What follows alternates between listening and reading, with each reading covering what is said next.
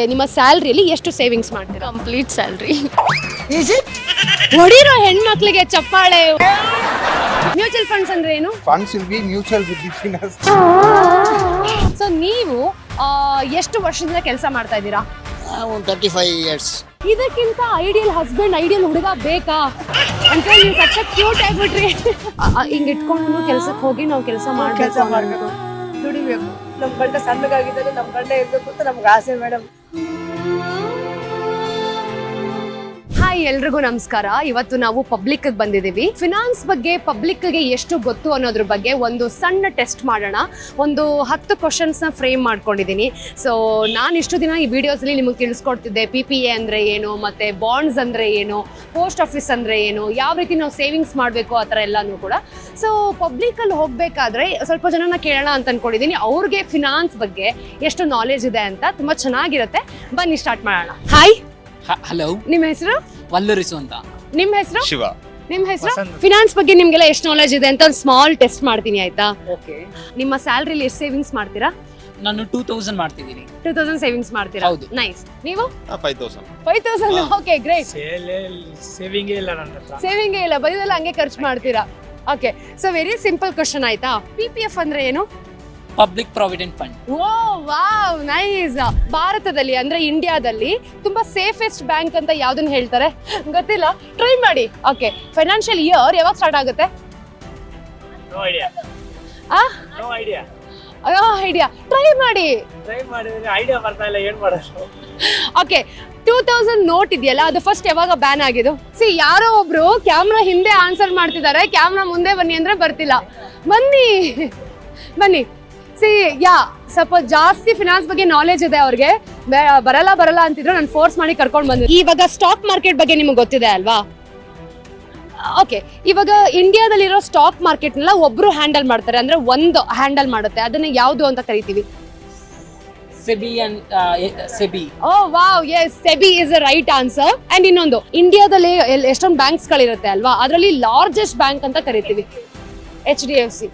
ವಾರೆ wow man, so many answers right. Complete salary save ಮಾಡ್ತೀರಾ? Wow, ಹೊಡಿರೋ ಹೆಣ್ಮಕ್ಳಿಗೆ ಚಪ್ಪಾಳೆ. ಸರ್ ಹಾಯ್, ನಮಸ್ಕಾರ. ನಿಮ್ ಹೆಸರು? ಕಿರಣ್ ಅಂತ ಹೇಳಿ. ನಿಮ್ ಹೆಸರು? ಗೋಪಕುಮಾರ್ ಅಂತ. ಓಕೆ, ಇವಾಗ ವೆರಿ ಸಿಂಪಲ್, ಆಯ್ತಾ?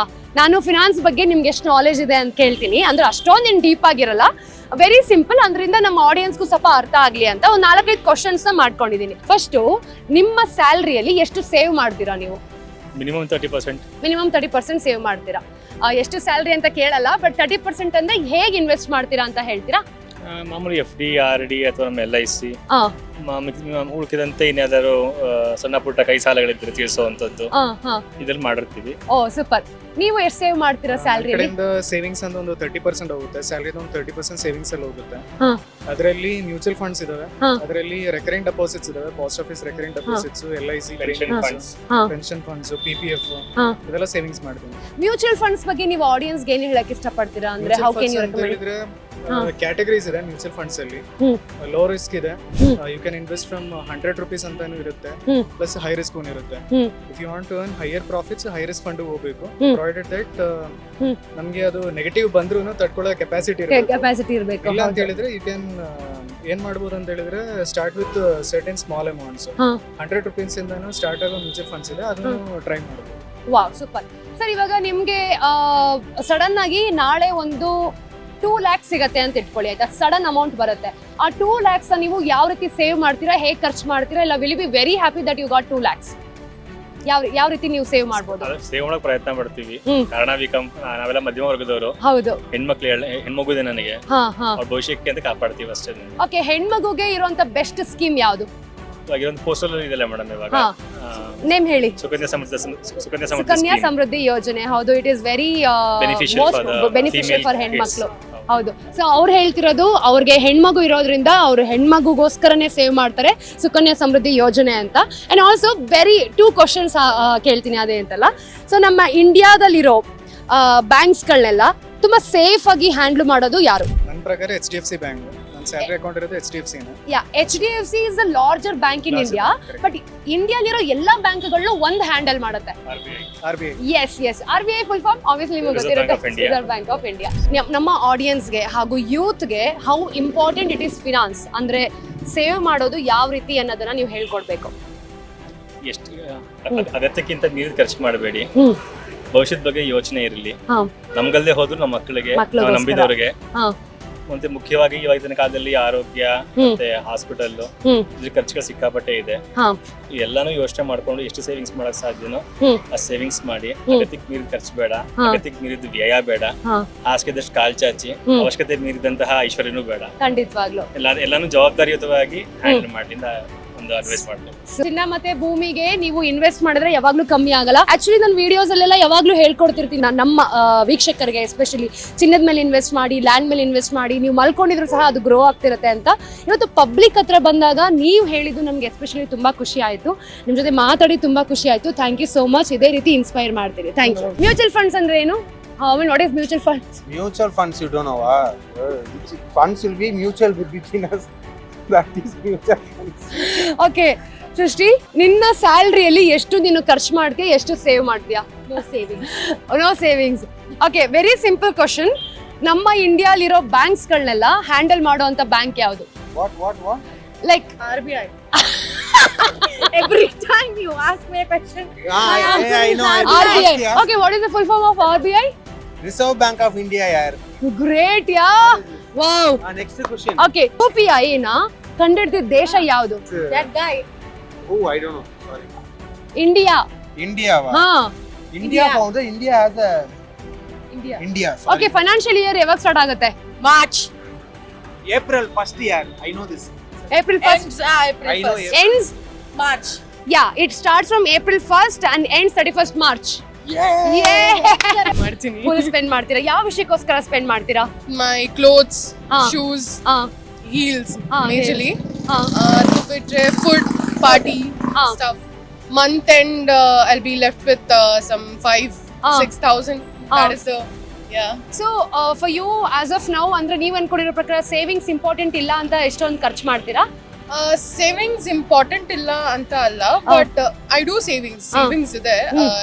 ಲೈಕ್ ನನ್ನ ಸ್ಯಾಲ್ರಿ ಬಂದಿದ ತಕ್ಷಣ ಲೈಕ್ ನಾನು ಜುಪಿಟರ್ ಅಲ್ಲಿ ಸ್ಪೆಂಡ್ ಮಾಡ್ಬಿಡ್ತೀನಿ. ಲೈಕ್ ಎವ್ರಿ ಮಂತ್ ನನ್ನ ಸ್ಯಾಲ್ರಿ ಬಂದಿದ ತಕ್ಷಣ 5,000 ಅಲ್ಲಿ ಹೋಗುತ್ತೆ. That is my fix savings. Wow, nice. 2000 ನೋಟ್ಗಳನ್ನ ನೀವು ಎಷ್ಟಿಟ್ಟಿರ್ತಿದ್ರಿ ಮನೆಯಲ್ಲಿ ಮುಂಚೆ? ಯೂಸ್ ಮಾಡಿದೀರಾ ಅಲ್ವಾ? ಮಾಡಿದೀನಿ. Like may be 2-3 bundles. So 2000 note ಇಷ್ಟ ನಿಮ್ಗೆ? Pink colour. ಸೊ ಆ ನೋಟ್ ನ ಯಾವಾಗ ಬ್ಯಾನ್ ಮಾಡಿದ್ರು? 2023. S, absolutely perfect. ಫಿನಾನ್ಸ್ ಬರಲ್ಲ ಅಂತ ಹೇಳ್ತಿದ್ರಿ, ಬಟ್ ತುಂಬಾ ನಾಲೆಜ್ ಇದೆ ನಿಮ್ಗೆ. ನಾಲೆಡ್ಜ್ ಇದೆ, ಬಟ್ ಅದು ಫುಲ್ ಡೆಪ್ತ್ ಹೋಗಲ್ಲ. ನಾಲೆಡ್ಜ್ ಎಲ್ಲಾದ್ರ ಬಗ್ಗೆ ಇರುತ್ತೆ. ರಾಜಣ್ಣ ಅವರು ಇವತ್ತು ನಮ್ ಜೊತೆಲಿ ಇದ್ದಾರೆ. ಇಂಗ್ಲಿಷ್ ಸಖತ್ತಾಗಿ ಮಾತಾಡ್ತಾರೆ, ಅದಕ್ಕಿಂತ ಸಖತ್ತಾಗಿ ಕನ್ನಡ ಮಾತಾಡ್ತಾರೆ. ಅಂಕಲ್, ಹೇಗಿದ್ದೀರಾ? ಚೆನ್ನಾಗಿದ್ದೀವಿ. ದಿನಾ ನಮ್ಗೆ ಇಲ್ಲಿ ಫ್ರೂಟ್ಸ್ ತಗೊಂಬಂದ್ ಕೊಡ್ತೀರಾ? ಕೊಡ್ತೀವಿ. ತುಂಬಾ ಚೆನ್ನಾಗಿರುತ್ತೆ. ಓಕೆ. ಅದಕ್ಕೆ ಇವಾಗ ನಿಮ್ಗೊಂದ್ ಸ್ವಲ್ಪ ಫಿನಾನ್ಸ್ ಬಗ್ಗೆ ಕ್ವಶನ್ ಕೇಳೋಣ ಅಂತ ಅನ್ಕೊಂಡಿದೀನಿ. ಫಿನಾನ್ಸ್ ಅಂತಂದ್ರೆ ಆದಾಯ, ಆಯ್ತಾ? ಸೊ ನೀವು ಎಷ್ಟು ವರ್ಷದಿಂದ ಕೆಲಸ ಮಾಡ್ತಾ ಇದ್ದೀರಾ? 35 years. 35 years ಇಂದ? ವಾವ್ ಅಂಕಲ್, ವಾಟ್ ಆ ಇಂಗ್ಲಿಷ್! ಸಖತ್ ಇಂಗ್ಲಿಷ್ ಮಾತಾಡ್ತೀರಾ. 35 years ಇಂದ ಕೆಲಸ ಮಾಡ್ತಿದ್ದೀರಾ ಅಂತಂದ್ರೆ ಇದೇ ಬಿಸ್ನೆಸ್, ಇದೇ ರೋಡ್ ಅಲ್ಲಿ ಈ ಬಿಲ್ಡಿಂಗ್ ಕಟ್ಟುವಾಗಿನಿಂದ ವ್ಯಾಪಾರ ಮಾಡ್ತಿದ್ದೀರಾ? ಸೊ ಈಗ 35 years ಇಂದ ನೀವು ಇಲ್ಲಿ ಕೆಲಸ ಮಾಡ್ತಿದ್ದೀರಾ ಅಲ್ವಾ, ಅಂದ್ರೆ ವ್ಯಾಪಾರ ಮಾಡ್ತಿದ್ದೀರಾ ಅಲ್ವಾ? ಎಷ್ಟು ನಿಮ್ಗೆ ತಿಂಗಳಿಗೆ ಸೇವಿಂಗ್ಸ್ ಮಾಡ್ತೀರಾ, ಎಷ್ಟು ಖರ್ಚಾಗುತ್ತೆ, ಮತ್ತೆ ಹೇಗ್ ಬಂಡವಾಳ ಹಾಕ್ತೀರಾ ಇದಕ್ಕೆ? ಬಂಡವಾಳ 1,500 2,000 ಅಷ್ಟೇ. ಆಮೇಲೆ ಒಂದು ಎರಡು ದಿವಸದಿಂದ ಅದು ವ್ಯಾಪಾರ ಆಗುತ್ತೆ. ಒಂದೇ ದಿವಸ ಆಗಲ್ಲ. 2 ದಿವಸ ಮಾಡಿದ್ರು ಒಂದು 500-600 ಸಿಗುತ್ತೆ. ಇನ್ ಕೇಸ್ ಯಾವತ್ತಾದ್ರೂ ವ್ಯಾಪಾರ ಆಗಿರಲ್ಲ ಅಂತ ಇಟ್ಕೊಳ್ಳಿ, ಅವಾಗ ನೀವು ಬೇಜಾರ್ ಮಾಡ್ಕೊಂಡು ಮನೆಗೆ ಹೋಗ್ತೀರಾ? ಬೇಜಾರ್ ಮಾಡ್ಕೊಳ್ಳಲ್ಲ. ಸೊ ನಿಮ್ ಹೆಂಡತಿ ಏನಾದ್ರು ದುಡ್ಡು ಕೇಳಿದಾಗ ಏನ್ ಮಾಡ್ತೀರಾ? ಹೆಂಡತಿಗೆಲ್ಲ ನಾನೇ ಹಾಕ್ತೀನಿ, ಅವ್ರು ಏನು ಕೇಳಂಗಿಲ್ಲ. ನಾನು ಎಲ್ಲ ಮನೆ ಸಂಸಾರ ಎಲ್ಲ ನಾನೇ ನೋಡ್ತೀನಿ. ಅವ್ರು ಏನು ಕೇಳಂಗಿಲ್ಲ. ಅವ್ರು ಕೇಳಕ್ ಮುಂಚೆನೆ ನಾನೇ ತಗೊಂಡು ಹೋಗಿ ಮಾರ್ಕೆಟ್ ಎಲ್ಲ ಕೊಟ್ಬಿಡ್ತೀನಿ. ವಾವ್, ಐಡಿಯಲ್ ಹಸ್ಬೆಂಡ್ ಅವರು. ಹೆಂಡತಿ ಕೇಳಕ್ಕಿಂತ ಮುಂಚೆನೆ ದುಡ್ಡು ತಗೊಂಡೋಗಿ ಕೊಡ್ತಾರೆ. ಹೌದು. ಆಮೇಲೆ ವ್ಯಾಪಾರ ಆಗಿಲ್ಲ ಅಂದ್ರೆ ಏನು ಬೇಜಾರ್ ಮಾಡ್ಕೊಳಲ್ಲ. ಸೊ ಸೇವಿಂಗ್ಸ್ ಅಂತ ಬಂದಾಗ ಗೊತ್ತಲ್ವಾ, ಅವಾಗೆಲ್ಲ ಹುಂಡಿ ಇರ್ತಿತ್ತು.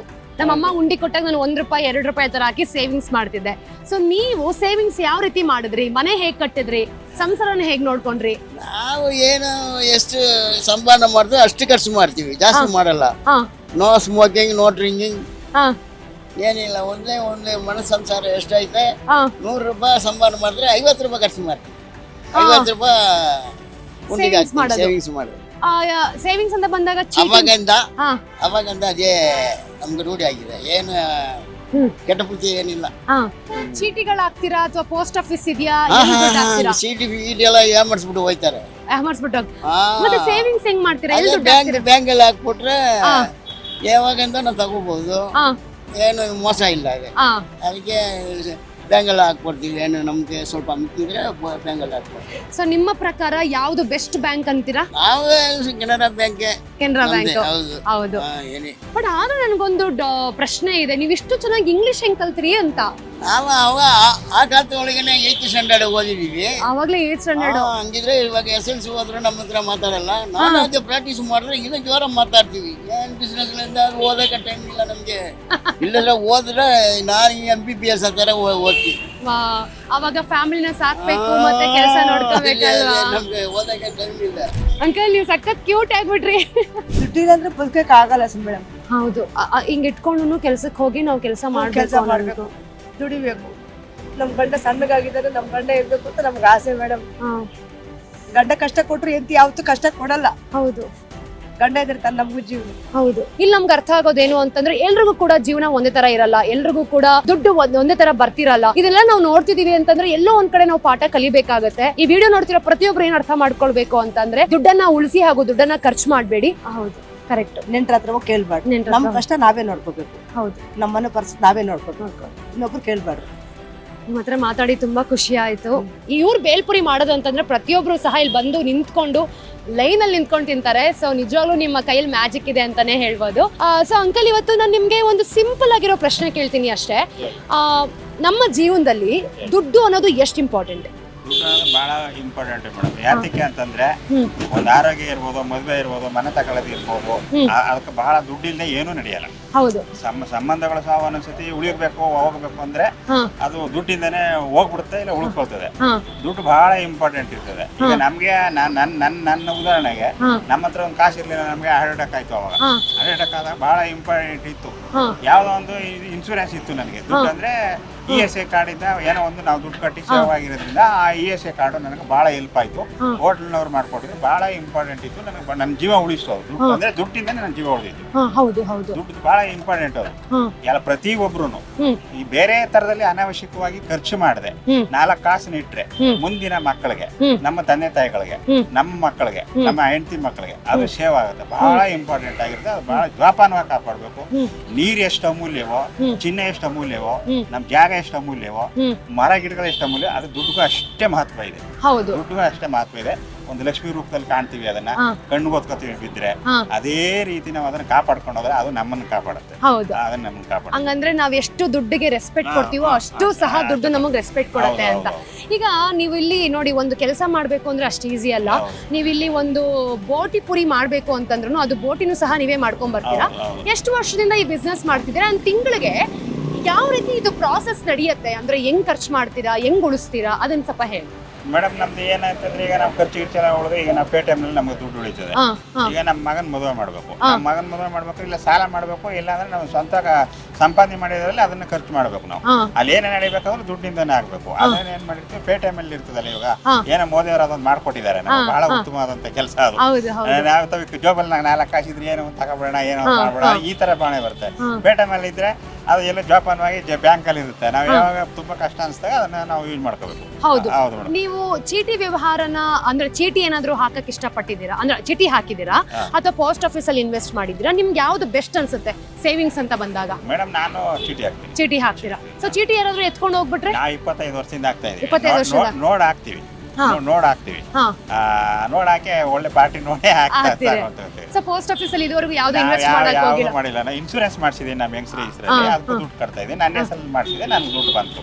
ನೋಡಿ ಅಂಕಲ್ ಹೇಳ್ತಿರೋದಷ್ಟೇ, ಅವರು ಪೋಸ್ಟ್ ಆಫೀಸ್ ಅಲ್ಲೆಲ್ಲೂ ಇನ್ವೆಸ್ಟ್ ಮಾಡಿಲ್ಲ, ಚೀಟಿಗಳನ್ನ ಹಾಕ್ತಾರೆ. ಚೀಟಿನೂ ಕೂಡ ಒಂದು ಸೇವಿಂಗ್ಸ್ ತರನೇ, ಆದ್ರೆ ಇನ್ಶೂರೆನ್ಸ್ ಕಟ್ಟಿದ್ದಾರೆ. ಅಂದ್ರೆ ಅವ್ರ ಮಿಸ್ಸಸ್ ಹೆಸರಲ್ಲೂ ಇನ್ಶೂರೆನ್ಸ್ ಕಟ್ತಿದ್ದಾರೆ, ಇವ್ರ ಹೆಸರಲ್ಲೂ ಇನ್ಶೂರೆನ್ಸ್ ಕಟ್ತಿದ್ದಾರೆ. ಎಲ್ಲದಕ್ಕಿಂತ ಹೆಚ್ಚಾಗಿ ಹೆಲ್ತ್ ಇನ್ಶೂರೆನ್ಸ್ ಅದು ಸಹ ಇದೆ ಅಲ್ವಾ? ಅದು ಇದೆ. ನಂಗೆ ESI ಕಾರ್ಡ್ ಇದೆ. ISI ಕಾರ್ಡ್ ಇದೆ. ನಮ್ಮ ಮಗನ ಕೆಲಸಕ್ಕೆ ಹೋಗ್ತಾನಲ್ಲ, ನಂದು ಇದೆ. ಹಾ. ESI ಕಾರ್ಡ್ ಇದೆ. ಅದು ನಮ್ಗೆ ತುಂಬಾ ಬಹಳ ಹೆಲ್ಪ್ ಆಗುತ್ತೆ. ಗೌರ್ಮೆಂಟ್ ಇಂದ ಗೃಹಲಕ್ಷ್ಮಿಗೆ ಅಮೌಂಟ್ ಬರ್ತಿತ್ತಲ್ವಾ, ಅದನ್ನ ನೀವು ಅಪ್ಲೈ ಮಾಡಿಲ್ವಾ? ಮಾಡಿ ಬಂದು ನಮ್ಮ ಹೆಸರು ಬರ್ತಾ ಬರ್ತಿದೆ ನೋಡಿ. ಇಲ್ಲೂ ಒಂದು ನಿಮ್ಗೆ ಎಕ್ಸಾಂಪಲ್ ಸಿಗ್ತಾ, ಗೌರ್ಮೆಂಟ್ ಇಂದ ಗೃಹಲಕ್ಷ್ಮಿಗೆ ಅಮೌಂಟ್ ಕಂತುಗಳು ಬರುತ್ತೆ ಗೊತ್ತಾ, ಅದು ಆಲ್ರೆಡಿ ಮ್ಯಾಮ್ ಹೆಸರಲ್ಲಿ ಬರ್ತಾ ಇದೆ. ಸೊ ಅವರು ಒಂದು ಗೌರ್ಮೆಂಟ್ ಬೆನಿಫಿಟ್ಸ್ ಗಳನ್ನ ತಗೊಳ್ತಿದ್ದಾರೆ. ಇನ್ನೊಂದು, ಈಗ ಈ ಪ್ಲೇಸ್ ಅಲ್ಲಿ ನೀವು ಬಿಸ್ನೆಸ್ ನ ಸ್ಟಾರ್ಟ್ ಮಾಡಿದೀರಾ ಆಯ್ತಾ, ಈಗ ದಿನಕ್ಕೆ 1,000 ಆಗುತ್ತೆ ಅಂತ ಇಟ್ಕೊಳ್ಳಿ, ಈಗ ತಿಂಗಳಿಗೆ 30,000 ಅಂತ ಇಟ್ಕೊಳ್ಳೋಣ. ಅದರಲ್ಲಿ ನೀವು ಎಷ್ಟು ಖರ್ಚು ಮಾಡ್ತೀರಾ, ಮನೆಗೆ ಎಷ್ಟು ಕೊಡ್ತೀರಾ, ಮತ್ತೆ ನಿಮ್ಮ ಫ್ಯೂಚರ್ಗೆ ಅಂತ ಯಾವ ರೀತಿ ಸೇವ್ ಮಾಡ್ತೀರಾ, ಅದು ನಮ್ಮ ಆಡಿಯನ್ಸ್ಗೆ ತಿಳಿಸ್ಕೊಡಿ. ಅದು ಯಾಕಂದ್ರೆ ಮೇಡಮ್, ಇವಾಗ ಸಿಲಿಂಡರ್ ತಗೋಬೇಕು ನಾವು. ಕರೆಂಟ್ ಬಿಲ್ ಏನೇ ಸದ್ಯಕ್ಕೆ ಇವಾಗ ಇಲ್ಲ ಅಲ್ವಾ? ನೀರ್ ಮನೆ ಈಗ ನಾವು ಮನೆ ಬಾಡಿಗೆ 500-600 ರೂಪಾಯಿ ನೀರ್ ಬಿಲ್ ಕಟ್ಕೊಡ್ಬೇಕು. ಓನರ್ ಅವ್ರದ್ದು ತಪ್ಪೇನಿಲ್ಲ, ನೀರ್ ಬಿಲ್ ಓನರ್ ಕಟ್ಕೊಡ್ಬೇಕು ನಾವು. ಮತ್ತೆ ರೇಷನ್ಗೆ 3,000 ರೂಪಾಯಿ ಮೇಲಾಗುತ್ತೆ. ಅದು ಇದರಿಂದನೇ ನಮ್ದು ಜೀವನ. ಸಿಲಿಂಡರ್ ಆಗಿರ್ತದೆ, ತರಕಾರಿ ಆಗಿರ್ಬೋದು, ಈ ಬೇರೆ ಏನಾರ ತರ ಇರ್ತದಲ್ಲ ಮನೆಗೆ, ಮಕ್ಕಳು ಮರಿ ಕೇಳಿದಾಗ ಅದನ್ನೇ ತಗೋ. ಅಕಸ್ಮಾತ್ ನಾವೇನಾದ್ರು ದೇವಸ್ಥಾನಕ್ಕೆ ಹೋಗ್ಬೇಕಾಗ್ಬೋದು, ದೇವಸ್ಥಾನಕ್ಕೆ ಹೋಗ್ಬೇಕಾದ್ರೆ ನಾವು ಹೆಂಗ್ಸ್ರಿಗೆ ಬಸ್ ಚಾರ್ಜ್ ಇರಲ್ಲ, ನಾವೇನ್ ಜಾಸ್ತಿ ಹೋಗಲ್ಲ ಅನ್ಕೊಳ್ಳಿ, ನಮ್ಗಂತೂ ದುಡ್ಡು ಹಾಕ್ಲೇಬೇಕು ನಾವು ಅಲ್ವಾ? ಅದಕ್ಕೆ ಹೋಗ್ತೀವಿ. ನಾವೆಲ್ಲ ಹೊರಗಡೆ ಅದು ಇದು ಸುತ್ತಾಡಿ ಅದು ಹೋಗ್ತೀವಿ. ಅಂದ್ರೆ ಎಷ್ಟು ಬೇಕು ಜೋಪಾನ ಹೋಗಿ ಕಾಪಾಡ್ಕೊಂಡ್ಬಿಡ್ತೀವಿ. ನಿಮ್ಮ ಲೈಫ್ನ ಟರ್ನಿಂಗ್ ಪಾಯಿಂಟ್ ಯಾವುದು ಅಂಕಲ್? ಅಂದ್ರೆ ಈ ಒಂದು ಕ್ಷಣದಿಂದ ನನ್ನ ಲೈಫ್ ಹಿಂಗ್ ಟರ್ನ್ ಆಗ್ತಿದೆ, ಇನ್ಯಾರ ಮುಂದೆನೂ ನಾನು ಈ ತರ ದುಡ್ಡು ಕೇಳೋದಾಗ್ಲಿ, ಅಂದ್ರೆ ನನಗೂ ಹೌದು ದುಡ್ಡು ಅನ್ನೋದು ತುಂಬಾ ಇಂಪಾರ್ಟೆಂಟ್. ಅದಿದ್ರೆ ಮನುಷ್ಯಂಗೆ ರೆಸ್ಪೆಕ್ಟ್ ಕೊಡ್ತಾರೆ, ಮನುಷ್ಯನ್ ದುಡ್ಡಿಂದಾನೇ ರೆಸ್ಪೆಕ್ಟ್ ಬರೋದು. ಆಮೇಲೆ ನಮ್ಮ ಮಗನ ಕೆಲಸಕ್ಕೆ ಹಾಕ್ಬಿಟ್ಟ ನೋಡಿ ನಾನೇ ಮತ್ತೆ ಇದಕ್ಕೆ ಶುರು ಮಾಡೋದು. ಇವಾಗ ನಾನೇ ಇಲ್ಲ, ನಾನು ಬೇರೆ ಇಡೀ ಕರ್ನಾಟಕದ ಎಲ್ಲಿ ಬೇಕಾದ್ರೂ ಬದುಕ್ತೀನಿ. ವಾ ಸೂಪರ್. ಇದು ಒಂದು ನಮ್ಮ ಸ್ನೇಹಿತರಿಗೆ ಹಾಗೂ ನಮ್ಮ ವೀಕ್ಷಕರಿಗೆ ಇದೊಂದು ಮೋಟಿವೇಶನ್ ಅಂತಾನೆ ಹೇಳ್ಬೋದು. ಯಾಕಂದ್ರೆ ಪ್ರತಿಯೊಬ್ರು ಸಹ ನಾವು ಲೈಫಲ್ಲಿ ಸೋಲ್ತೀವಿ, ಬೀಳ್ತೀವಿ, ನಮ್ಮೆಲ್ರಿಗೂ ಸಹ ಒಂದು ಸ್ಟೋರಿ ಇರುತ್ತೆ. ಇವತ್ತು ಅಂಕಲ್ ನಮ್ಗೆ ಏನು ಹೇಳ್ಕೊಟ್ಟಿದ್ದಾರೆ ಅಂತ ಅಂದ್ರೆ, ದುಡ್ಡು ಸೇವ್ ಮಾಡೋದು ತುಂಬಾ ಅಂದ್ರೆ ತುಂಬಾ ಇಂಪಾರ್ಟೆಂಟು. ಅದು ಪೋಸ್ಟ್ ಆಫೀಸಲ್ಲಾದ್ರೂ ಹಾಕಿ ಅಥವಾ ಇನ್ಶೂರೆನ್ಸ್ ಆದ್ರೂ ಕಟ್ಟಿ ಒಳ್ಳೆ ರೀತಿಯಲ್ಲಿ ಉಪಯೋಗಿಸಿ ಅಂತ. ಜಗಳ ಮಾಡ್ತಾ ಇರ್ತೀರಿ ಅದೆಲ್ಲ ಅವ್ರು ಮಾಡಲ್ಲ, ನಾನೇ ಮಾಡ್ತಾ ಇರ್ತೀನಿ. ಏನಕ್ಕೆ ಅಂತಂದ್ರೆ 4 ಕಾಸು ಉಳಿಸ್ಕೊಳ್ಳಿ, ಸಮಯ ಸಂದರ್ಭ ಹೇಗಿರುತ್ತೋ ಏನೋ ಹೇಳೋದಕ್ಕಾಗಲ್ಲ. ನಮಗಲ್ದೇ ಹೋದ್ರು ನಮ್ಮ ಮಕ್ಳಾದ್ರೂ ಚೆನ್ನಾಗಿರ್ಲಿ ಅಂತ ಹೇಳ್ತಾ ನಮ್ಮ ಮನೆಗೆ ಚೀಟಿ ಹಾಕ್ಸೋದು, ಅದೊಂದು ಯಾವ ಸಣ್ಣ ಪುಟ್ಟ ಚೀಟಿ, ಚಿನ್ನ ಚೀಟಿ ತರ ಹಾಕ್ಸ್ಕೊಳ್ಳೋದು.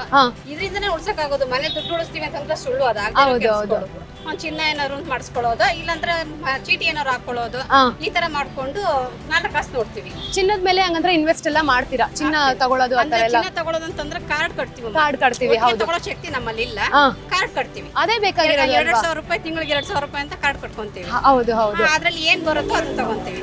ಸೊ ನಮ್ಮ ಸ್ನೇಹಿತರಿಗೆ ನೀವು ಏನೊಂದು ಮೆಸೇಜ್ ಕೊಡಕ್ ಇಷ್ಟಪಡ್ತೀರಾ, ದುಡ್ಡುನ ನೀವು ಹೇಗೆ ಸೇವ್ ಮಾಡಿ ಅಂತ ಹೇಳೋದಕ್ಕೆ? ದುಡ್ಡು ಸೇವ್ ಮಾಡಿ ಅಂತ ಅನ್ನೋದಕ್ಕಿಂತ ಹೆಚ್ಚಾಗಿ ಫಸ್ಟ್ ಕೆಲಸ ಕಾರ್ಯಗಳು ನೋಡಿ. ಮನೇಲಿ ವೇಸ್ಟ್ ಆಗಿ ಕುತ್ಕೊಳಕ್ ಹೋಗ್ಬೇಡಿ. ನಮ್ಗೆ ಆಯಸ್ಸು ಎಷ್ಟೊಂತ ಇರುತ್ತಂತ ನಮ್ಗೆ ಗೊತ್ತಿಲ್ಲ. ಹೌದು, ಒಟ್ಟಿನಲ್ಲಿ ನಾವ್ ಇರೋ ತನಕ ಇನ್ನೊಬ್ಬರಿಗೆ ಡಿಪೆಂಡ್ ಆಗದಂತಾನೆ ನಾವು ದುಡ್ದು ನಾವು ತಿನ್ನೋ ತರ ಇರಬೇಕು. ಕೂತು ನಿಂತ್ಕೊಂಡು ಟೈಮ್ ವೇಸ್ಟ್ ಮಾಡಬೇಡಿ. ಹೌದು, ಸಮಯ ಸಂದರ್ಭಗಳು ನೋಡ್ಕೊಂಡು ಕೆಲಸಗಳು ಯಾವ್ದಾಗುತ್ತೋ ತನ್ನ ಕೈಯಲ್ಲಿ ಅದನ್ನ ಮಾಡ್ಕೊಂಡು 4 ಕಾಸು ಮಾಡಿ, ನಾಳೆ ಏನಾಗುತ್ತೋ ಗೊತ್ತಿಲ್ಲ, ಇರೋರಾದ್ರೂ ಚೆನ್ನಾಗಿರ್ಬೇಕಲ್ವಾ? ಅದಕ್ಕೋಸ್ಕರ 4 ಕಾಸು ಮಾಡಿ ಹೆಂಡತಿ ಮಕ್ಕಳಿಗಾಗುತ್ತೋ ಇಲ್ಲದೋ ಗಂಡ ಮಕ್ಕಳಿಗಾಗುತ್ತೋ ಯಾರಿಗ್ ಬೇಕಾದ್ರೂ ಆಗ್ಬೋದು, ಇರೋರು ಚೆನ್ನಾಗಿರ್ಲಿ ಅಂತ ನಾನು ಕೇಳ್ಕೊಂತೀನಿ. ಇದಕ್ಕೆ ಹೇಳೋದು ನೋಡಿ, ಹೆಣ್ಮಕ್ಳು ಸ್ಟ್ರಾಂಗ್ ಅಂತ. Thank you so much. ನಿಮ್ಮ ಜೊತೆ ಮಾತಾಡಿ ತುಂಬಾ ಖುಷಿ ಆಯ್ತು. ಹೌದು ನೋಡಿ, ನೀವು ಚಿನ್ನದ ಚೀಟಿ ಆದ್ರೂ ಕಟ್ಬೋದು, ಅಥವಾ ನಿಮ್ಗೆ ಹೆಣ್ಮಕ್ಳಿದಾರಾ? ಅಂದ್ರೆ ದೊಡ್ಡವರಾಗಿರ್ಬೇಕು ಅನ್ಸುತ್ತಲ್ಲ, ಮದುವೆ ಆಗಿದೆ, ಮಗು ಏನಾದ್ರೂ ಹೆಣ್ಮಗು ಆದ್ರೆ ಸುಕನ್ಯಾ ಸಮೃದ್ಧಿ ಯೋಜನೆಯನ್ನ ಮಾಡಿಸಿ ಆಯ್ತಾ. ಅದು ತುಂಬಾ ಅಂದ್ರೆ ತುಂಬಾ ಒಳ್ಳೆ ಸ್ಕೀಮ್, ಅದು ಹೆಣ್ಮಕ್ಳಿಗಂತಾನೆ ಮಾಡಿಸಿರೋದು ಅದು. ಸೊ ಅದೊಂದು ಇದು ಮಾಡ್ಕೊಳ್ಳಿ. ಪೋಸ್ಟ್ ಆಫೀಸಲ್ಲೂ ಬೇಕಾದಷ್ಟು ಇದೆ, ನಿಮ್ಮ ದುಡ್ಡು ಕೂಡ ಸೇಫ್ಟಿ ಆಗಿರುತ್ತೆ. ಅದೇನು ಜಾಸ್ತಿ ದುಡ್ಡು ಹಾಕಬೇಕು ಅಂತಿಲ್ಲ, 250 ರೂಪಾಯಿಂದನೂ ಇದೆ. ಸೊ ನೀವು 250 ರೂಪಾಯಿ ಬೇರೆ ಎಲ್ಲ ಇದು ಮಾಡೋಬಲ್ಲ, ಅದು ಹೆಣ್ಮಕ್ಳಿಗೆ ಥರ ಹಾಕಿದ್ರು ನಡೆಯುತ್ತೆ. ಸೊ ಚಿನ್ನ ಚೀಟಿ ಕಟ್ಬೋದು. ಅಂಕಲ್ ಹೇಳ್ತಿರೋ ಹಂಗೆ ಅವರು ಕೂಡ ಚೀಟಿ ಮಾಡ್ತಿದ್ರು, ಇನ್ಶೂರೆನ್ಸು, ಹೆಲ್ತ್ ಇನ್ಶೂರೆನ್ಸು, ಮತ್ತೆ ಇನ್ನೊಂದೇನೋ ಹೇಳಿದ್ರು ಬ್ಯಾಂಕಲ್ಲೂ ಸೇವ್ ಮಾಡ್ಬೋದು ಅಂತ. ಹಾಗೆ ಗೃಹಲಕ್ಷ್ಮಿ ಹಾ ಯಾವಾಗ್ಲೂ ಕೂಡ ನಾವು ದುಡ್ಡು ಕೈಯಲ್ಲೇ ನೋಡ್ತೀವಿ ಅಂತ ಅನ್ನೋದಕ್ಕಾಗಲ್ಲ. ಸಮಯ ಸಂದರ್ಭ ಅಂತ ಆಯ್ತು ಅಂದ್ರೆ ಕಷ್ಟ ಅಂತ ಆದ್ರೆ ಅದೇ ಅದೇ ಆಗೋದು. ಆಗೋದು. ಹೌದು ಏಕಾಏಕಿ ದುಡ್ಡು ಬೇಕು ಅಂದ್ರೆ ಎಲ್ಲಿ ಸಿಗುತ್ತೆ ಮೇಡಮ್ ನಮ್ಗೆ? ಹೌದು ಹೌದು ಅದೇ ಚಿನ್ನ ಅಂತ ಮನೇಲಿ ಇತ್ತು ಅಂದ್ರೆ ಸಮಯಕ್ಕೆ ನಾವ್ ಏನಾದ್ರು ಒಂದು ಅಡುಗಿಟ್ಟು ಅಥವಾ ಮಾರಿನೋ ಏನೋ ಮಾಡಿ ನಮ್ ಕಷ್ಟಗಳು ತೀರ್ಸ್ಕೊತೀವಿ ಆ ಟೈಮಲ್ಲಿ. ಹೌದು ಹೌದು. ಇನ್ನು ಅದಕ್ಕೋಸ್ಕರವಾಗಿ ಒಂದ್ ಸ್ವಲ್ಪ ಏನಾದ್ರು ದುಡ್ಡು ಉಳಿಸ್ಕೊಳ್ಳಿ ಅಥವಾ ಬೇರೆ ಏನಾದ್ರು ತಗೊಳ್ಳಿ, ಚಿನ್ನನೋ ಏನೋ ಒಂದು ತಗೊಳ್ಳಿ ಅಂತ ಹೇಳ್ತೀನಿ ಅಷ್ಟೇ. Super, thank you so much. So video ನೋಡ್ತಿರೋ ಎಲ್ರಿಗೂ ಸಹ ಈ ಒಂದು ಮೆಸೇಜ್ ಅರ್ಥ ಆಗಲೇಬೇಕು. ದುಡ್ಡು ಸೇವ್ ಮಾಡೋದು ತುಂಬಾ ಅಂದ್ರೆ ತುಂಬಾ ಇಂಪಾರ್ಟೆಂಟ್. ಅದು ನೀವು ಚಿನ್ನದ ಮೇಲೆ ಇನ್ವೆಸ್ಟ್ ಮಾಡೋದಾದ್ರೂ ಆಗಿರ್ಬೋದು, ಚೀಟಿ ಕಟ್ಬೋದು, ಅಥವಾ ಮ್ಯೂಚುವಲ್ ಫಂಡ್ಸ್ ಇರ್ಬೋದು, ಅಥವಾ ಪೋಸ್ಟ್ ಆಫೀಸ್ ಅಲ್ಲಿ ಹಾಕೋದಾಗಿರ್ಬೋದು, ಬ್ಯಾಂಕ್ ಅಲ್ಲಿ ಸೇವ್ ಮಾಡೋದಾಗಿರ್ಬೋದು, ಹೇಗಾದ್ರೂ ಪರವಾಗಿಲ್ಲ, ನಿಮ್ಗೋಸ್ಕರ ನಿಮ್ಮ ಫ್ಯೂಚರ್ಗೋಸ್ಕರ 30% ಆದ್ರೂ ಸೇವ್ ಮಾಡ್ತಾ ಹೋಗಿ. ಇವತ್ತಿನ ವಿಡಿಯೋ ನಿಮ್ಮೆಲ್ಲರಿಗೂ ಇಷ್ಟ ಆಗಿದೆ ಅಂತ ಅನ್ಕೊಂಡಿದೀನಿ. ಸೊ ಪಬ್ಲಿಕ್ ಟಾಕ್ ವಿಡಿಯೋ ನಿಮ್ಗೆ ಏನಾದ್ರು ಇಷ್ಟ ಆಗಿದ್ರೆ ಕಮೆಂಟ್ ಸೆಕ್ಷನ್ ಅಲ್ಲಿ ಕಮೆಂಟ್ ಮಾಡಿ. ಈ ತರ ಟಾಕ್ಸ್ ಇನ್ನೂ ಬೇಕು ಅಂತ. ಖಂಡಿತವಾಗ್ಲೂ ಮತ್ತಷ್ಟು ಇನ್ಫಾರ್ಮೇಟಿವ್ ವಿಡಿಯೋಸ್ ಒಂದಿಗೆ ನಾನು ನಿಮ್ಮ ಮುಂದೆ ಬರ್ತೀನಿ. ಅಲ್ಲಿ ತನಕ ಟೇಕ್ ಕೇರ್. ನಾನು ನಿಮ್ಮ ಚಂದನ, ಸೈನಿಂಗ್ ಆಫ್. ಹಾಗೆ ಚಾನಲ್ಗೆ ಸಬ್ಸ್ಕ್ರೈಬ್ ಮಾಡಿ, ವಿಡಿಯೋನ ಶೇರ್ ಮಾಡಿ. Thank you.